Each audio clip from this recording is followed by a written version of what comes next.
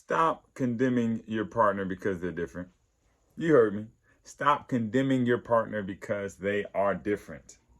We need to understand that we are very different, and men and women, and even our cultures, how we grown up, different ethnicities, difference in our personalities.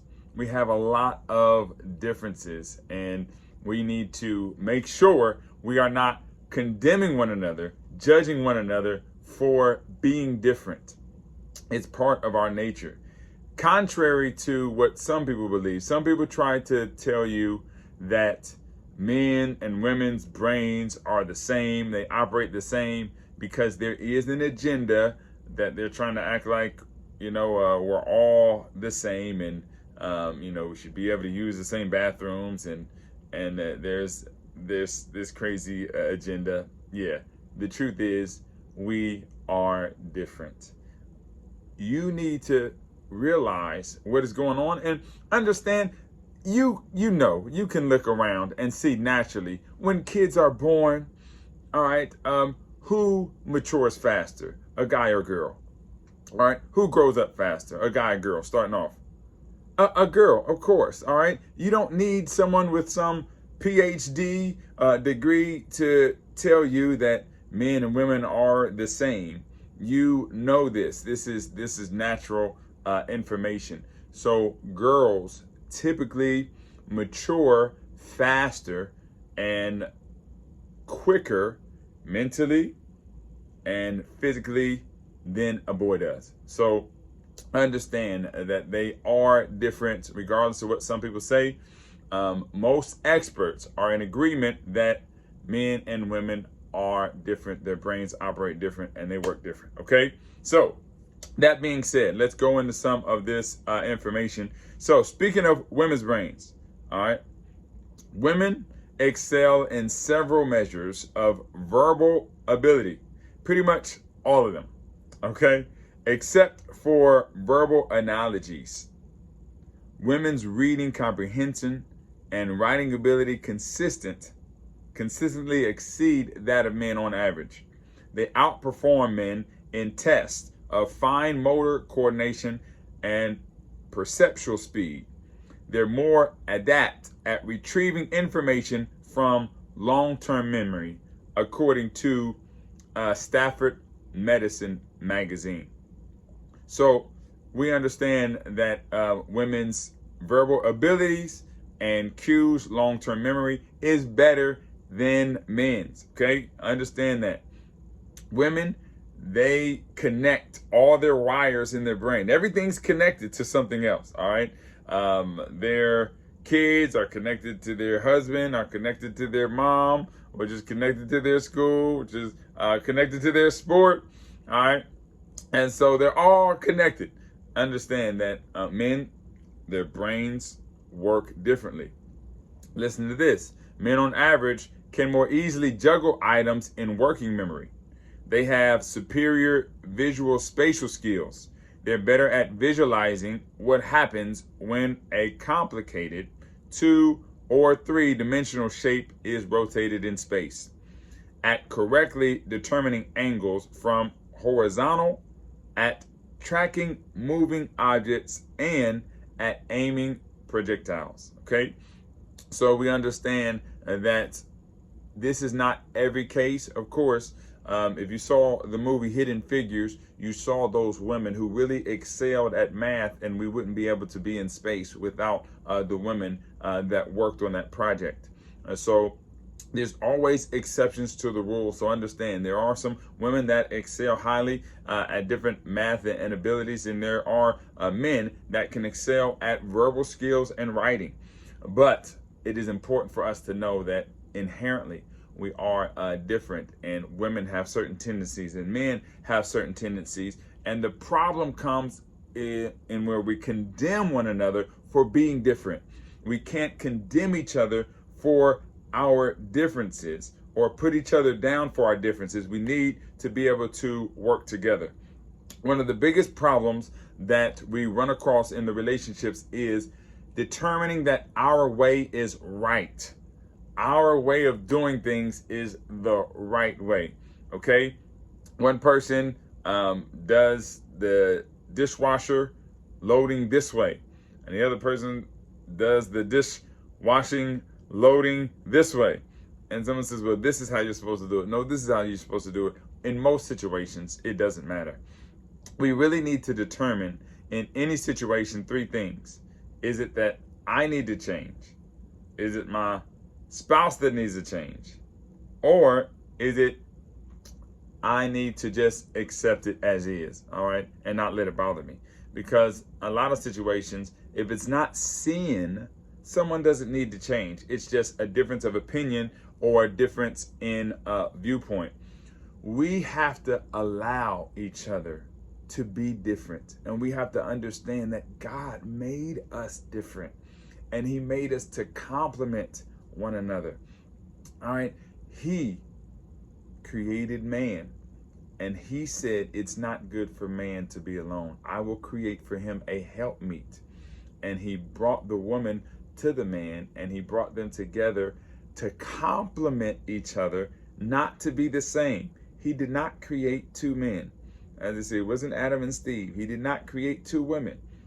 All right. He created a man and a woman differently to complement one another. So we need to understand that we are different, but we need to allow each other to be different. Don't judge a man for not thinking like a woman.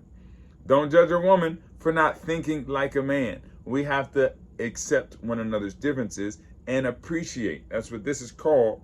It's called respecting and appreciating differences. All right, respect their differences and appreciate the differences that we have in one another. All right, and know that we are designed to complement one another in whatever skills and differences that we have going on. I do remember that one difference that we had was a huge cultural difference. When I grew up apostolic. My mother never wore any makeup. My mother never wore pants.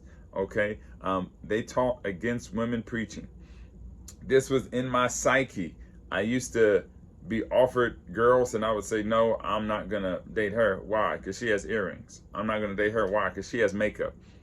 All right. So once God dealt with me and showed me, even the people of Israel, they were given jewelry. And he let me know that this is not a sin to wear earrings, or to wear makeup. So God had to deal with me and show me that there's a scripture in the Bible that says, you make the word of God of none effect because of your traditions of men. Your traditions can make the word of God of none effect because we're too stuck in traditions.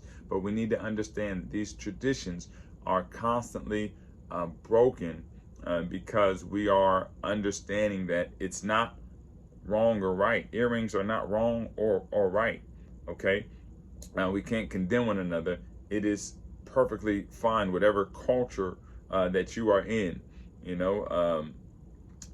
want to be proper to whatever that culture is. So understanding that I got over that, and my wife, she had 9 holes in her ears. She wore earrings, 4 on this side, 4 on that side. But God showed me that she was my wife. So we got married. Well, I figured that when our daughter turned 13, we would let our daughter decide if she was going to wear earrings.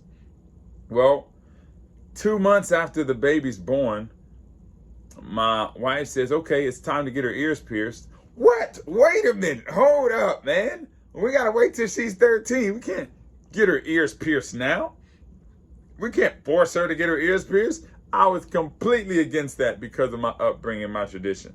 Now, to resolve the issue, I spent personal time in prayer with God. And God gave me peace and reminded me that the people in Israel were given earrings when they were released from Egypt and going into the wilderness. So my point is that you should spend time with God to help you find out if you're in the right category, or you may need an outside counselor. All right, the scripture says plans fail for lack of counsel, but with many advisors they succeed. And so you may need a third party to help you. You can pray. If you can get peace through the Holy Spirit, blessed are the peacemakers, for they shall be called the children of God. Matthew 5 says, if you bring peace, then that's all you need. But if you can't get peace, if you pray, your wife prays, and y'all pray, and y'all still can't butt heads, then you need a third party to help bring about peace. Because in most situations, one is not right and one is not wrong. It's just a difference of culture or difference of opinion. And if you can tell, things are evolving constantly. At the church that I grew up in, they were against makeup, they were against earrings, and then all of a sudden, I had my aunt who wore makeup and earrings. She was the head of the music ministry, all right, head of the choir. And I said, I'm just looking like, okay, I guess you guys have evolved and come to the understanding that this is okay. But understanding that whatever the traditions are, you can understand that some things, it's not sin, but it is just a tradition. So find out what category it falls in. Once I had peace in my spirit, then I went to my wife and I said, that's fine, to get her ears pierced. And we never had a problem with it ever since. So she had her ears pierced since she was 3 months old. And, it's no problem. Why? Because I have peace in it. I realized that was a tradition, and I'm okay, with that. I'm not going to judge her just because my mom or my grandmother, I never wore earrings. You need to challenge what traditions that you have that aren't sin, or that aren't, really wrong. It's just an opinion. It's just a perspective. Don't condemn one another. Matter of fact, the scripture says, Luke 6:36, it says, be merciful just as your Father is merciful. Do not judge, and you will not be judged. Do not condemn, and you will not be condemned. Forgive, and you will be forgiven. Understand that these things are important, that we are not condemning one another for the things that we have grown up with. It's very important and critical that we're not judging each other based off our own traditions, based off our own culture, our own church, our own lack of church. All right. It is very important that we are not calling something that is a tradition wrong or right, but we are having a healthy perspective, and we are following the scriptures, which says, do not condemn. All right. But live merciful. All right. Live with grace. All right. And not condemning each other and putting each other down. Okay. So women, they typically are more emotional. We know this. We understand this. Okay. How their brains work. Their brains are wired. Everything is connected.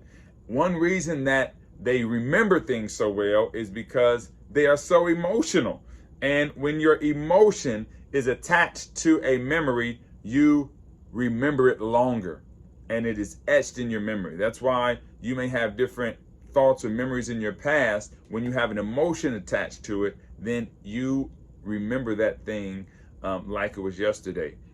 Men don't remember as much because, frankly, they don't care. They don't care as much. We don't. And it's okay. That's natural. Don't force us to be emotional. Don't force us to care about everything. Don't force your man to care about everything. He doesn't. It's okay. All right. And for her, don't get mad at her for her caring about everything. And sometimes men, in their infinite wisdom, when a woman tells them about an issue, they may say, don't think about it. And they're like, what? And they don't think about it.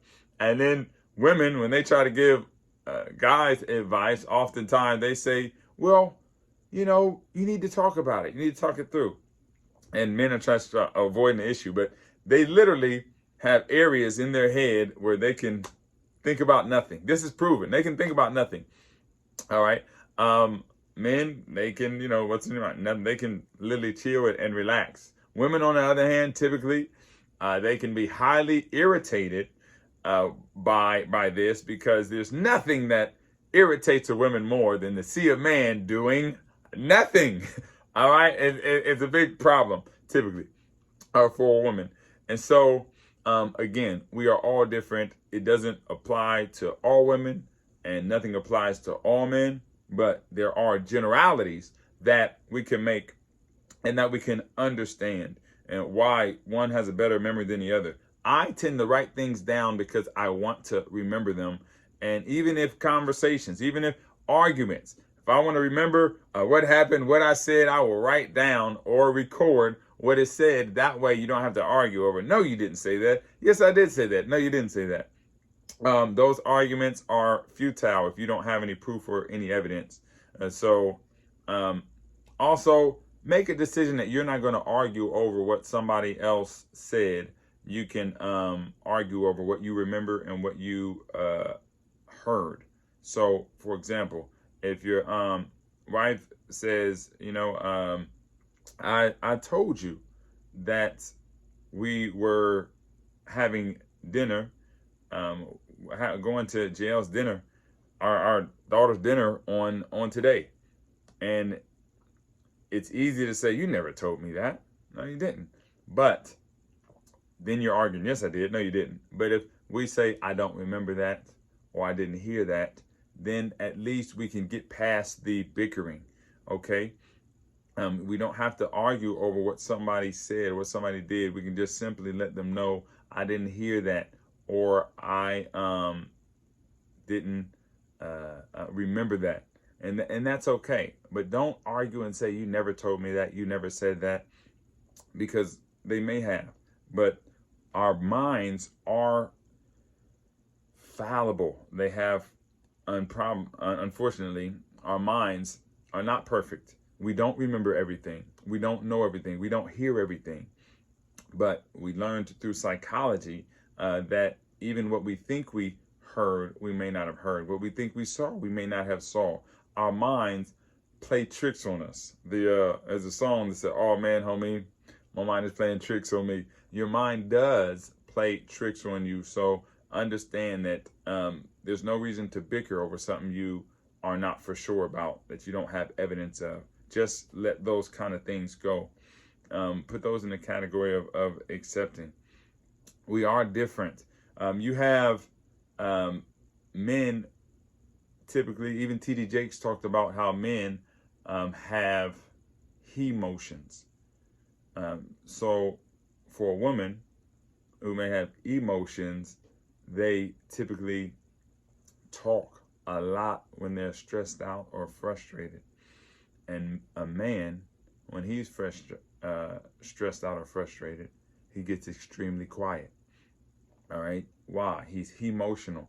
This is his emotions. Don't take it as being negative. It's nothing against you. All right?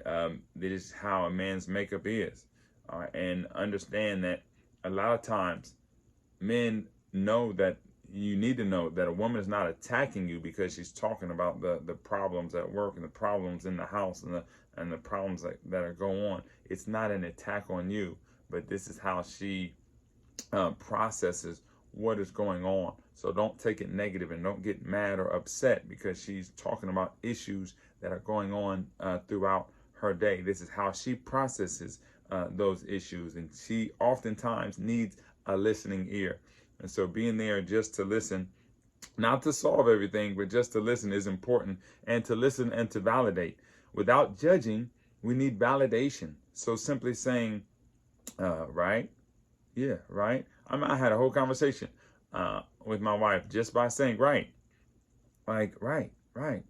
She's saying, I can't believe this teacher, was racist. I said, right. And she, looked at me in a negative way. I was like, oh, man, right. And she shouldn't have done that. I said, right. And just giving that validation is important, because women need emotional support just as much as physical support and protection. I'm going to say that again.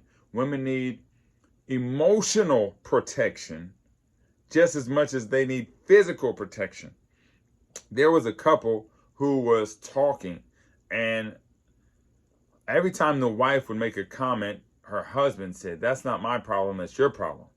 That's not my problem, that's your problem. That's not my problem, that's your problem."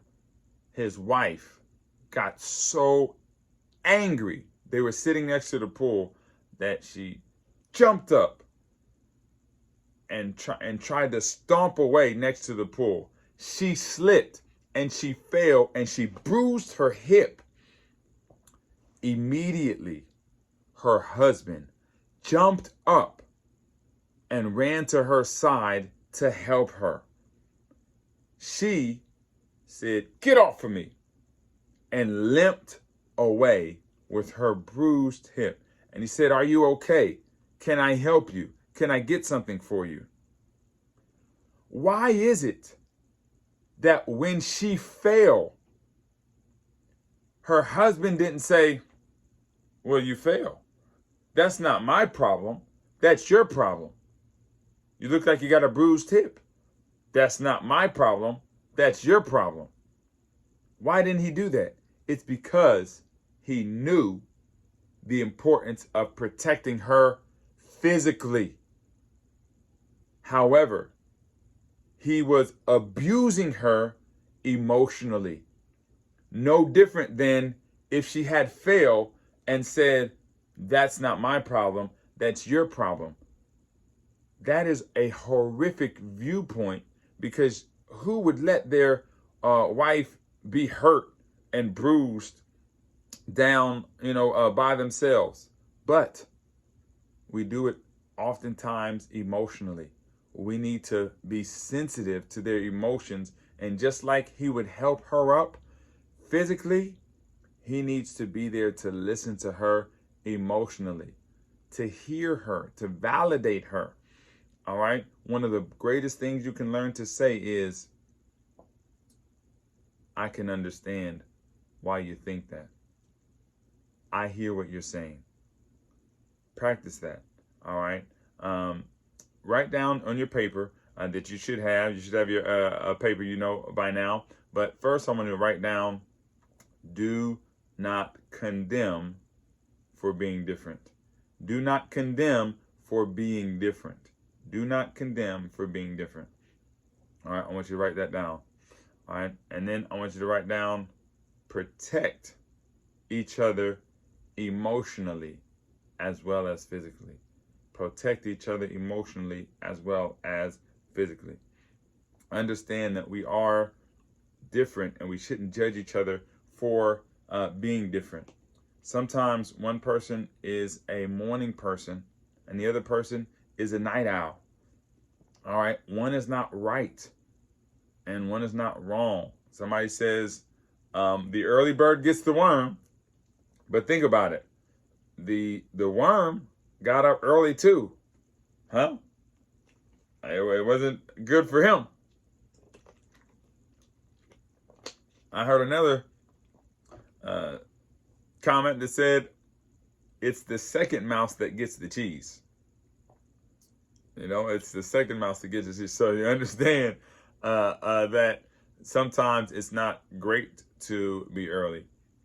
And night owls, then that can have a problem with having sexual experiences. You're going to have to negotiate. If one person is a morning person, the other person is a night owl, then you have to determine, can someone change to meet each other in the middle? All right. If your spouse is really important that you go to bed together, then if you normally go to bed at 9 and then they go to bed at 12, you can ask, can we go to bed together at 10:30? That way you can stay up together and watch your show, or you can come out and you can watch, something together, and then y'all can go make love together, because you're working together. Maybe somebody prefers the mornings.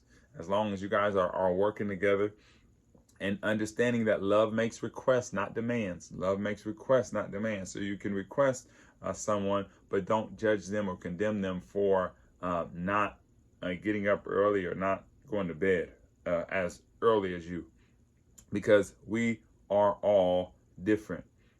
Some things that fall in the sin category are things like pornography. If someone is addicted to pornography, or addicted to drugs or addicted to alcohol, then that is something that does need to change. They do need to get help for that, and they need to determine that that falls in the category of that action needs to change. Okay, and so understand what category something falls in. We were coming home, and there was an alarm that kept going off. And I told my wife, can you please turn the alarm off before I come home? It was really irritating me incredibly. And she said, well, I'm keeping the alarm on because, we're in the house, and what if somebody comes in? I said, the doors are already locked. There's no reason to have the alarm on. So anyways, when I kept coming in, the alarm was going off. I decided it fell in the category of I can accept it. Remember, either she needs to change, I need to change, or I can accept it. It fell in the category of I can accept it. I can really live with the alarm going off. It's not that big a deal. It only takes me a minute or two to come in the house and then turn the alarm off. So I just accepted that. And we need to know there's some things that fall in that category that you don't need to argue. Dr. Gary Chapman already talks about a story of his wife leaving all the drawers and cabinet doors open. He would complain. And then one day their child ran into the drawer, busted his head. Head was bleeding. They had to go to the emergency room. He said, now will you finally close the drawers? His wife still never closed the drawers. So he decided that he was going to become the designated drawer closer. So every time he came home, he closed all the drawers and closed all the cabinets. He changed to have a better environment. And there's a lot of things that we can say, you know what, I'll change just so we can have a better environment. My wife, one thing that she changed is when they would go over my mother's house, it seems like our kids would get dirty and their clothes would get snags and things on them. Well, my wife had the kids looking very nice.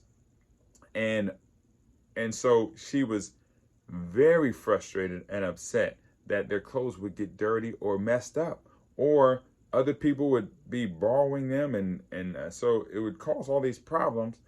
So what she did was she decided that she wasn't going to ask anyone else to change. She wasn't going to ask my mom to change. She was just going to have them be able to wear clothes that it didn't matter if something happened to them. So then they had a much wonderful, a much better time because they just put on clothes that they could get messed up and that other people, could use it and borrow.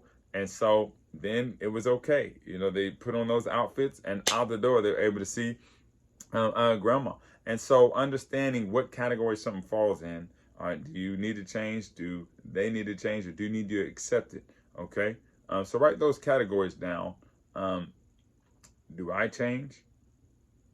Do they change? Do I accept? All right. Do I change?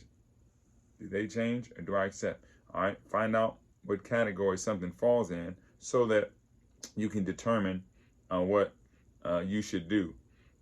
All right. Different bedtimes. And sometimes people have a negative interpretation of your actions. Again, you don't want to judge somebody or condemn somebody for what they have done. My wife, for example, she does above and beyond for different people. And so, she would videotape all our video games and all our basketball games and things like that. One time we were out of town, and she felt that one of our kids should videotape the other kids. But she understood that it's wrong to condemn one of the other kids for not videotaping their sibling, because that's something that she would do. but it should be a request. So you can't expect others or judge others or condemn others that they should do what you would do, because we are all different.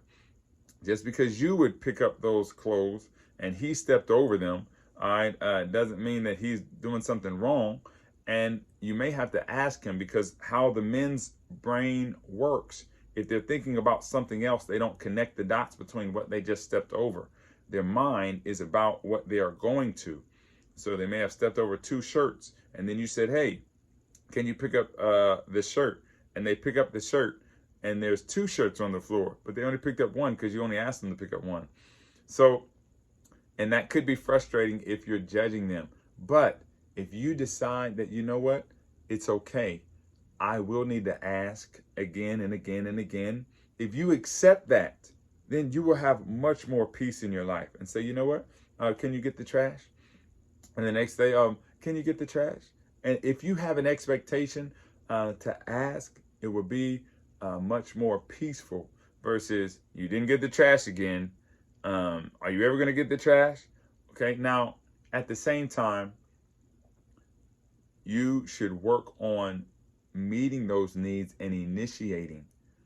You have a successful relationship when 2 people are both trying to please each other and not condemn each other. So my wife does ask me to get the trash often. When I think about it, I get the trash myself without her asking. But she doesn't get mad at me for not getting the trash or recognizing that it's full. She just says, can you get the trash? And sometimes women want to know, what is the difference? I'm telling you, this is a huge difference between a good woman that you can have a successful relationship with and a woman that cannot maintain a successful relationship.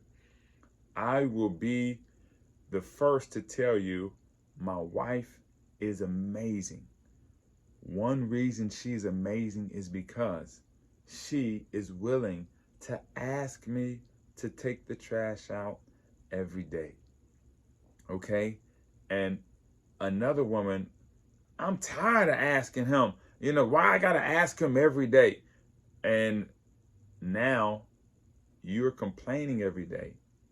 But imagine, that's what this is about. Imagine if you shifted your mind and you had an expectation to say, you know what, based on how my man's mind works, I need to ask him every day, and I'm going to ask him with love and kindness.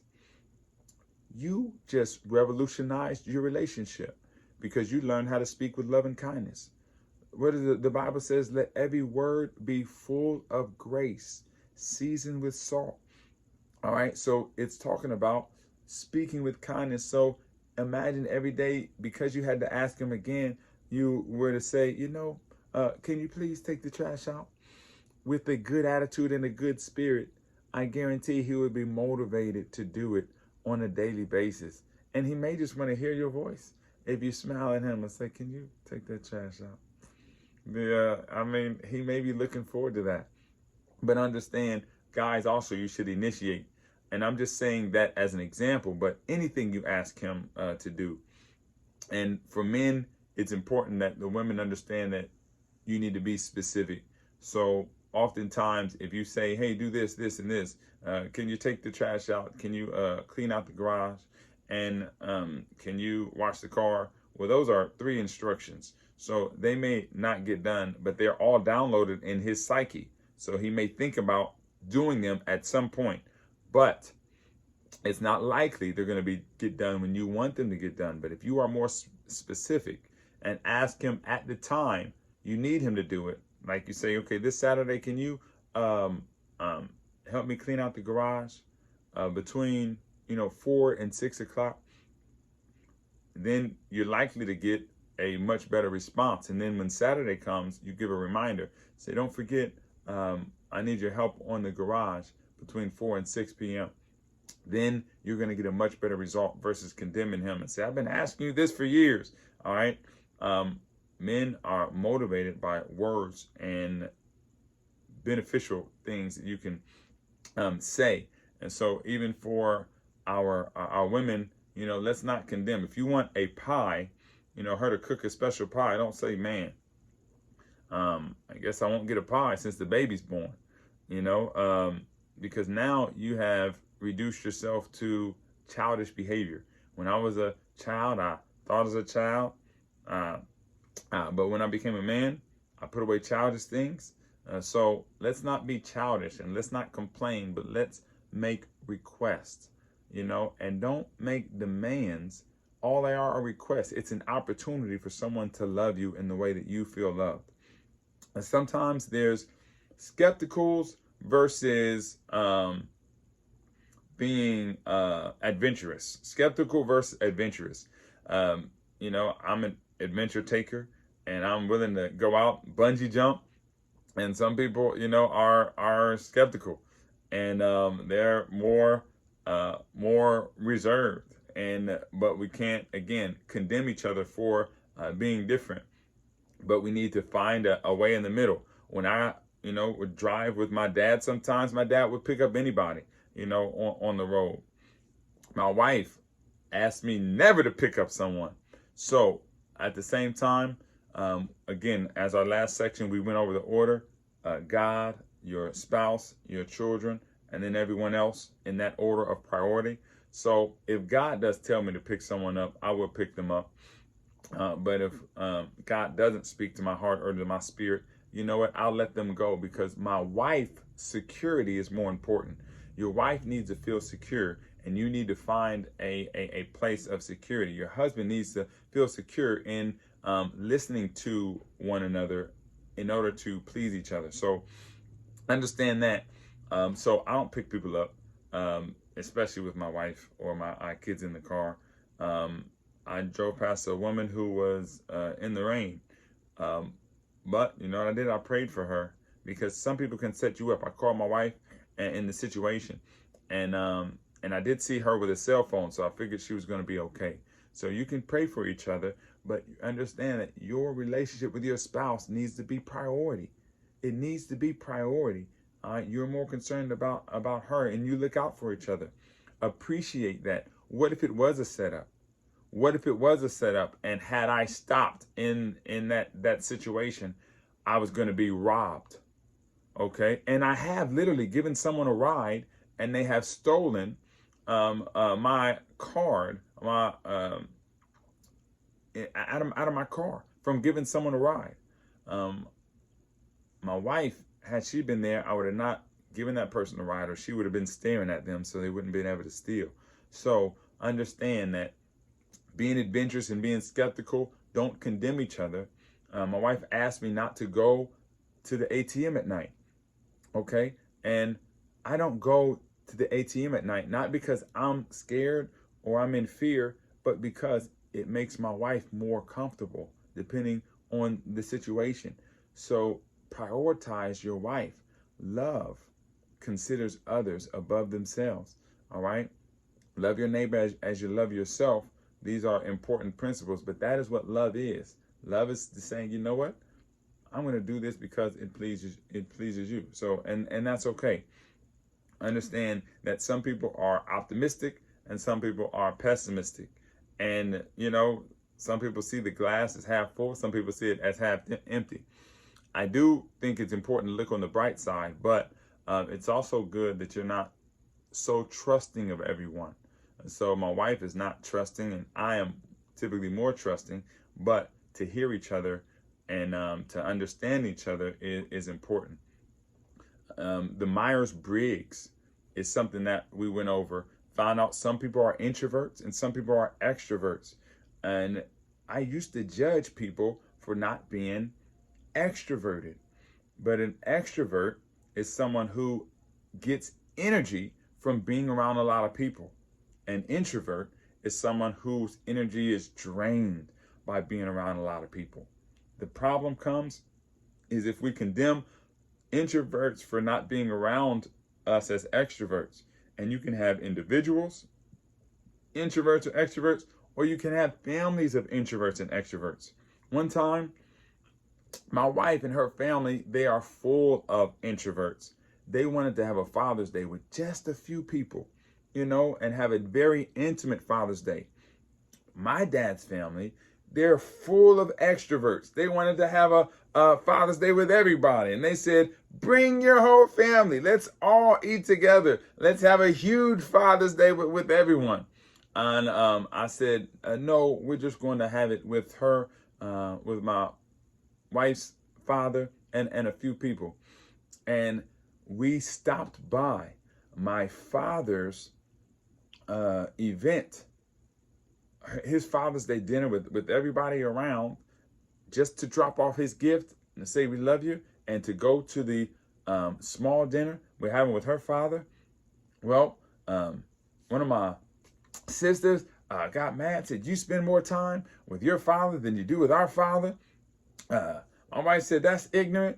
My sister came and swung, all right, and I pulled my wife back, and she missed. They're ready to scrap. I'm like, So it got crazy. It got real. But what was really going on is the group of extroverts were taking it personal that the family of introverts didn't want to have a big dinner with everyone. And they felt that it was rejection. When introverts don't want to come to the big events, it's not rejection. It's just their personality trait. All right, they're not as comfortable and they don't have as much energy. We do have to make exceptions for each other, though. In our different families, if you are introverted, then it's important that you come out of your comfort zone and that you allow yourself to be in a group of a lot of people. Use your energy. It may drain you, and you may need some time alone to recharge your batteries. But to please your spouse, you should do some events with the extroverts in the group. And then at the same time, with the introverts, to please your spouse, you should do something intimately. For our Christmas, an extrovert, sometimes we'll have Christmas with the whole family and seeing everybody. And then sometimes we'll have Christmas Day with just my wife and our children. Not one is wrong or right. They're just different. You don't condemn someone or a family or your kids or whoever for doing it a different way, wanting to be more intimate or wanting to be more extroverted. Understand that we are different, and so we shouldn't take it personal when someone doesn't want to come to an event or they don't like large events. That is okay. One person may be a talker, another person may be, as they refer to, Dr. Chapman talks about the babbling brook or the Dead Sea. A babbling brook talks all the time, talk, and the Dead Sea is someone who's very quiet and reserved. To balance each other out, it's important that the babbling brook intentionally withholds conversation. Most of the time that's the female, but not always. But they have to wait and allow time, even silence, for a Dead Sea to come out with their thoughts and their ideas for how they feel about something. So be willing to ask, how do you feel about that? And be willing to wait and be silent. All right, allow them to speak up.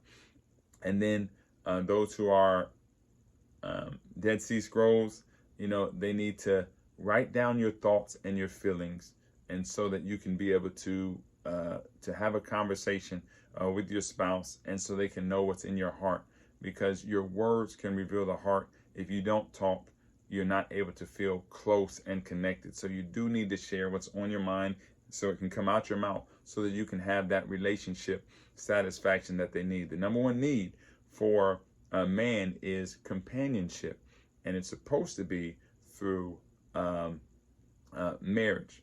So understand that is an important need, an important desire. So regardless of where we fall, Dead Sea Scrolls, some people are very detail oriented, and some people are unorganized. Complement each other. I thank God my wife, she wants the shirts very color coordinated, and I do my best to hang them up in the order that she prefers, between the colors, and then the striped shirts, and then the long sleeve shirts, and then she has a very specific order and that she wants them in. I'm typically unorganized, and so we help each other out. And I do my best, but she doesn't get on me too much. She doesn't stare in my drawers and make sure they're folded just like she folded the clothes. Thank God she lets some of that stuff go. All right, but I do put my clothes away, even though she does all the folding. But if you don't condemn, if you don't get irritated by it, but you allow your spouse to be who they are, you have a lot more peace. Again, it's a decision to have peace. One person is typically a lot cleaner than the other person, and so to really balance each other out, you can help clean. You can be more. You can do more to clean, but it doesn't come natural. I did tell my wife, I think you should vacuum the van if it's that important to you, because she liked it a lot cleaner. And I was gonna clean it, but I didn't think it was really dirty yet.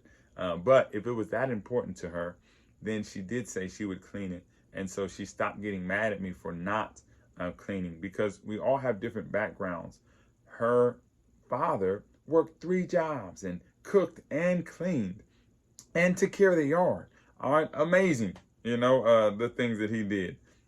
I don't do that, and so I let her know, don't get mad at him for not being like him. And then my mom, I grew up single mom. All right, me and my brother, my mom worked full time, cooked, cleaned the toilets, vacuumed. She did it all. I did not even have chores. You should give your kids chores. We just had to clean our room or shut the door. And so growing up, I expected my wife to do it. So which one's right? Should my wife do it or should I do it? Who's supposed to clean the toilets? Well, it's important that we make a decision based on our relationship. Who can do it? Is it something, I definitely do the yard work because my wife is allergic to pollen. I'm allergic as well, but I can tolerate it a lot better. And so in that instance, some things take more strength. Typically the man is stronger than the woman. Not always, but hey.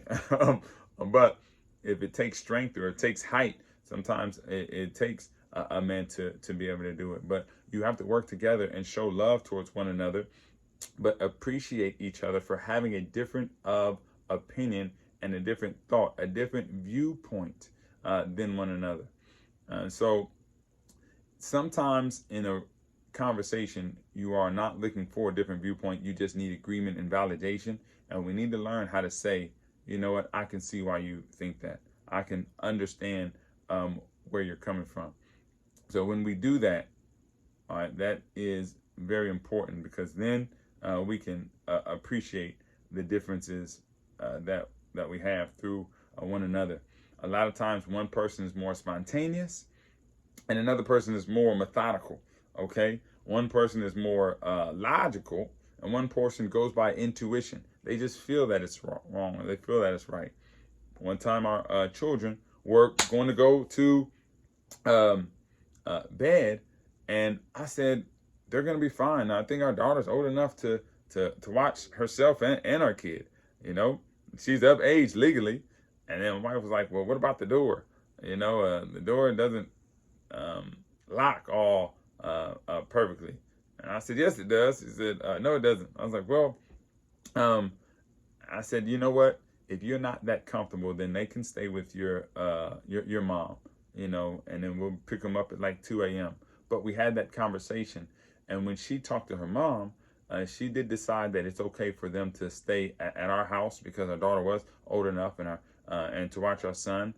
She did compromise. Don't be mad because they do agree with you, because you talked. You are sowing seeds into the conversation, and that is respect, okay? Respecting each other is saying, you know what? I'm going to hear what you're saying.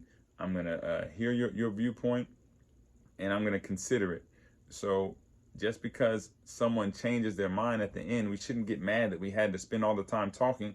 We should be happy that they did hear us and they have come into agreement with us. So that's exciting. I saw two people who were arguing. The guy was like, we should take the van, and the wife said, no, the van is not in good condition. He said, yes it is. She said, no, it's not. You're not gonna have my babies out stuck on the street. He's like, what they gonna do? He's like, they're gonna call me. He's like, no, that's not gonna work. When's the last time I had an oil change? He's like, recently had an oil change. That van's too old. It got too many miles on it. And then he said, fine, we won't take the van. And then she said, well, I guess you can take it. He's like, oh, what? Why are you getting me so mad? And so now he's all mad and heated because they had to go through that argument. But she did hear him and they did process. So you don't have to get mad, get glad, as they say. So understand that they do things differently, and we are inherently differently, but we cannot condemn each other for being different. But we need to respect one another. Sometimes one person is passive and the other person is aggressive. All right. So my wife, she is ready to argue if our meal is not right. And she's ready to tell the waiter, take this back. We get a free meal. If they mess up our order at fast food, they don't have everything in the bag like it's supposed to be. She'll let them know to take them back. And so and me, I'm like, hey, and they forgot to put tomatoes on the sandwich. Oh well, I mean, I tend to let it go. I'm more passive in that area. But it's important for us to know, number one, not to condemn each other for being passive or being aggressive. I can't be mad at her for wanting to go back and get the tomato or get another sandwich made, and she can't be mad at me for letting it go. But when it comes to her sandwich, to love her, I need to speak up and I need to make sure her sandwich has the tomato that she had requested, because that's going to show her love, and I know how she is. Okay, if it's me, I can let it go for me because that's me. All right, but it's for her, I need to go back and stand in line because that's showing love to her and that's important to her. So regardless of whether you're passive or aggressive, you need to show love toward the other person. There will be times where I've had to, confront my mother. I've had conversations with my spouse and say, should I confront? There's times where she had to confront her mother. All right. When you have a conversation, it's better that you confront your own family. All right. And allow them to confront their own family. And if you have to kick somebody out or ask someone not to call, then it's good to deal with your own family because we have natural bias. It's important for you to know that you have a natural bias. Okay, if you don't understand that you have a natural bias, then you are sadly mistaken. Okay, if you are in a blended family, you are going to naturally defend your biological children. Okay, it is natural and is inherent. And so to keep things fair, what you want to do is write consequences down, write situations down, because what you do with your kid, and then when another situation comes up and you want to condemn your spouse's kid, you need to use the same principle that you did with your own towards theirs, so that you are being equal. Because the problem comes in is when your kid gets away with something and then it happens for another kid, and then all of a sudden you want to bring the hammer down. That's not right. You need to find a healthy compromise. Know that you have your own bias towards your mother and towards your family members, and that's natural because we have something in us that is put in us to protect our biological family. But if we know this, then we can still be fair with our relationship and with our family, and we can come to a conclusion of what is right. Use your spouse to help discipline your kids so that you can say, you know what, should I get this? What punishment should we administer? All right, because you can be on the same page in that respect. That's important to know your natural bias. So if you can understand, condemn not, or you'll be condemned. Okay, forgive and you'll be forgiven. Understand that is how you can keep that healthy relationship going. So that is the session, and the next one coming up is talking about communication skills. You are going to be blessed by communication skills, how to say what you want to say without the person getting offended and without the person getting hurt, and to be able to communicate effectively is critical to a healthy relationship. May the Lord bless you and keep you. May he shine his face upon you, be gracious to you. May he lift up his countenance upon you and give you peace. Your homework is to determine what category that you fall in. You can take the Myers-Briggs test, do that. But determine, are you optimistic or pessimistic? Are you neat or messy? Are you the babbling brook or the Dead Sea? Are you passive or aggressive? Are you logical or intuitive? Are you spontaneous or an organizer? There's another website you can go to that is www.oneishy.com/personality. So that's www.oneishy.com/personality. Okay, that's another thing you can look at. So that is your homework for today. God bless.